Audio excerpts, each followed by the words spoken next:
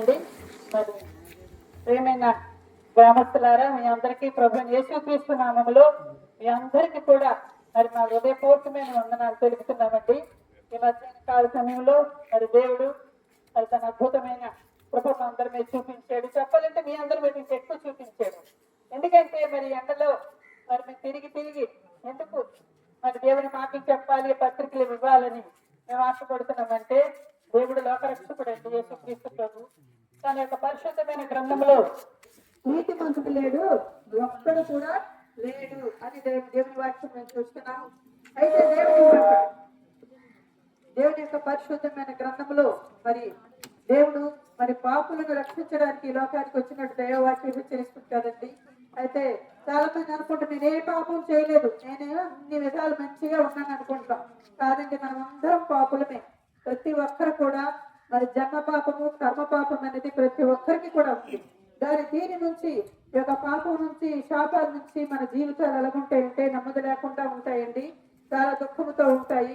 ఒకప్పుడు మేము కూడా మరి ఇలాగా వీధుల్లో దేవుని యొక్క మాటలు చెప్పడానికి చాలా మంది సేవకులు వచ్చినప్పుడు మేము ఎందుకు వింటాము, అసలు ఈ మాటలు మాకు అవసరం లేదు, దేవుడు మాకు అర్థం లేదు అన్న విధంగా మేము నీతి మంత్రం కదా, మేము అందరికి ధర్మాలు చేస్తాం కదా, మాలో ఏ పాపం ఉందని ఎవరు చెప్పగలరు అని మేము అనుకుంటున్నాం ఒకప్పుడు. కానీ అయితే దేవుని వాక్యం విన్నప్పుడు దేవుని వాక్యం సత్యం అనేది మా కన్నులకు వెలిగించింది. మేము ఎలాంటి వారము, మా జీవితాలు ఎలాంటివని దేవుడి వాక్యం మాతో మాట్లాడింది. ఎందుకంటే దేవుడి వాక్యం ఉందండి, హృదయము అన్నిటికంటే మోసకరమైనది, అది ఘోరమైన వ్యాధి కలది, అది పాపంతో నిండింది. దాన్ని మరి మార్చగల వారు ఎవ్వరు లేరు, యేసుక్రీస్తు ప్రభు ఒక్కరే మార్చగలరు. అయితే ఆయన మార్చక ముందు మన జీవితాలు ఎలా ఉంటాయంటే చాలా యాతనతో ఉంటాయి, దుఃఖంతో ఉంటాయి, మరి కన్నీటితో ఉంటాయి, భారంతో ఉంటాయి. చాలా జీవితాలు అయితే మరి నెమ్మది లేక చాలా దుఃఖంతో ఉంటూ ఆత్మహత్య చేసుకోవడానికి ఎన్నో ప్రయత్నాలు చేస్తున్నా అన్ని వింటున్నామండి. చాలా వరకు మనం చూస్తున్నాము. చాలా జీవితాల్లో కోట్లాడుతూ ఉండొచ్చు, చాలా అన్ని విధాలు నెమ్మది ఉండొచ్చు, కానీ వారి జీవితంలో చూస్తే నెమ్మది ఉండదు, మరి మనశ్శాంతి ఉండదు, సంతోషం ఉండదు.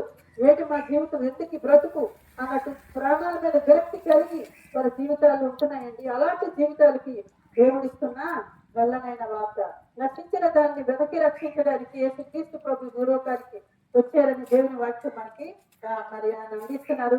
అందుకే ఎంతటి వారిని నేను ఎంత ఘోర పాపినైనా నేను క్షమిస్తాను అంటున్నారు. ఎలాంటి హృదయం చెడిపోయినా, ఎలా మన బ్రతుకు ఏ విధంగా పెరిగిపోయినా, ఏ విధంగా ఒకవేళ అప్పుల్లో కూరుకుపోయినా, వ్యసనాలు ఒక వ్యసనం రాకపోతుంది మనం చెప్పాలంటే అది మామూలు విడిచిపెట్టదు, అదొక ఊపిలాడు. చాలా మంది అనుకుంటుంది నేను దాన్ని వదులుతానన్నా అది నమ్మవని అంటారు. అలా ఉంటుంది భయంకరమైన పరిస్థితి. అయితే ఎలాంటి పరిస్థితులైనా చాలా మంది జీవితాలు అది ఉంటాయి. నన్ను ఎవ్వరు మార్చలేరు, నా బ్రతుకు ఎవ్వరు మార్చలేరు, నా జీవితంలో నెమ్మది రాదు, ఎందుకంటే నాకు చావే గతి అని చాలా మంది నిర్ణయించుకొని ఉంటారు. కాదండి, చావు నీకు గతి కాదు, నీ జీవితాన్ని మార్చగలవుడు ఉన్నాడు. ఆయనే యేసుక్రీస్తు ప్రభు, నిన్ను పుట్టించిన దేవుడు.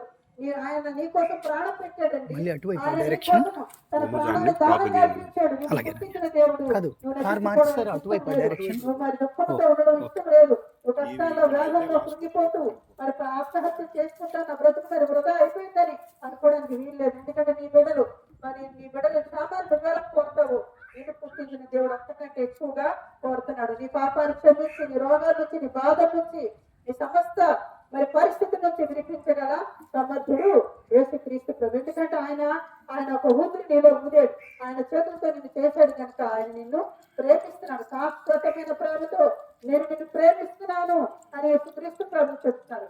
ప్రేమించేవారు ఎవరున్నారండి లోకంలో? నీకు ధనము, ధాన్యము, బలము, మరి అన్ని విధాలు బాగుంటే ఎవరైనా ప్రేమిస్తారు. కానీ నీకు అన్ని లేనప్పుడు నీ దగ్గరికి ఏమీ రాదండి, ఎవ్వరు రారు. బెల్లం ఉన్నప్పుడే కదండి చేపలు వస్తాయి, అవి లేకపోతే వస్తాయండి, రాదు. అలాంటి మన జీవితంలో అన్ని విధాలుగా ఉన్నామండి. మన చుట్టూ అందరూ ఉంటారు, మనకేమీ లేని జీవితంలో ఇంటిపోయిన జీవితం, శూన్యముగా మన జీవితం ఉన్నప్పుడు ఎవ్వరు కానీ కనీసం ముఖము కన్నెత్తైనా చూడరండి. అలాంటి జీవితం మానవ జీవితం. కానీ ఎవ్వరు చూడకపోయినా నిన్ను పుట్టించిన దేవుడు నిన్ను చూస్తున్నాడు. ఆయనే అంటున్నారు, రక్షించిన దాన్ని వెనక్కి రక్షించడానికి నేను వచ్చాను, పాపలు పిలవచ్చాను అంటున్నాడు ఆయన. నువ్వు నేను పాపగా ఉన్నామా? అయితే దేవుడు నీటి మాత్రంగా నేను చేయాలని ఆశపడుతున్నాడు ఆయన. ఎందుకంటే ఆయన నేను పుట్టించిన దేవుడు కనుక నేను అంత ప్రేమతో ప్రేమిస్తున్నాడు. ప్రేమించే దేవుడు నీకుంటుంటే నీ జీవితం మీద విరక్తి మనకు ఎందుకంటే రావాలి? అస్సలు అంత పని మనం చేసుకునే పని లేదు. అయితే మన యేసు ప్రభు ఒక మాటలు విని ఆయన మీద విశ్వాసం ఉంచిన వెంటనే మన జీవితాలు దేవుడికి మనము అర్పించుకోవాలి. దేవాలయ పాపిని ఈ మాటలు నేను విన్నాను నాయన, నన్ను నువ్వు రక్షించు, నా పాపాల నుంచి విడిపించు, నా రోగాల నుంచి విడిపించు, నాకు మనశ్శాంతి లేదు, నేను చచ్చిపోవాలనుకుంటున్నాను, దాన్ని నువ్వు రక్షిస్తావని నేను వింటున్నాను. దేవా నువ్వు నన్ను రక్షించు, నువ్వు నన్ను రక్షించకపోతే నా జీవితం శూన్యం నాయన అని నువ్వు దేవుడికి అప్పగించుకో. తప్పకుండా దేవుడు నేను రక్షిస్తాడు, తన యొక్క వార్త వినిపిస్తాడు. నీ జీవితం ధన్యమైపోద్ది, కాదా నిజమా అన్నట్టు అయిపోద్ది. దేవుని వాక్యంలో కూడా ఉంది, ఎవరి జీవితాలు దేవుని ఆశ్రయిస్తారో వారి జీవితం కలకరిన వారు అనేవారు ఉంటారట, వారి నోటి నిండా నవ్వుంటుందట. దేవుని వాక్యం మనకు హెచ్చరిస్తుందండి. ప్రతి ఒక్కరిని ప్రేమించే దేవుడు. ఎంత ఘోరపాతమైనా ఎలాంటి స్థితిలో ఉన్నా ఎప్పుడైతే అయిపోయింది అనుకుంటే వీల్లేదు, తప్పకుండా నీకు ఒక గమ్యం అనేది ఉన్నది. అది ధన్యకరమైన జీవితంగా దేవుడు మార్చగలడు. ఒకప్పుడు మేము కూడా అలాగే అనుకున్నాం, చాలా మరి మేము ఎన్నో రకాలు మరి చేసే యాతనలు పడ్డాం, చాలా డబ్బు కూడా ఖర్చు పెట్టాం మనశ్శాంతి కోసం. ఎన్ని యాతనలు పడ్డామో తెలియదు. నా నాన్నగారు చిన్నప్పుడు చాలా భక్తులు మమ్మల్ని పెంచారు అని అతిశయించారు ఆయన, కానీ ఆ భక్తులు మాకు తెలియలేదండి. తెలియక గుడ్డిగా మేము జీవించాం. కానీ నిజమే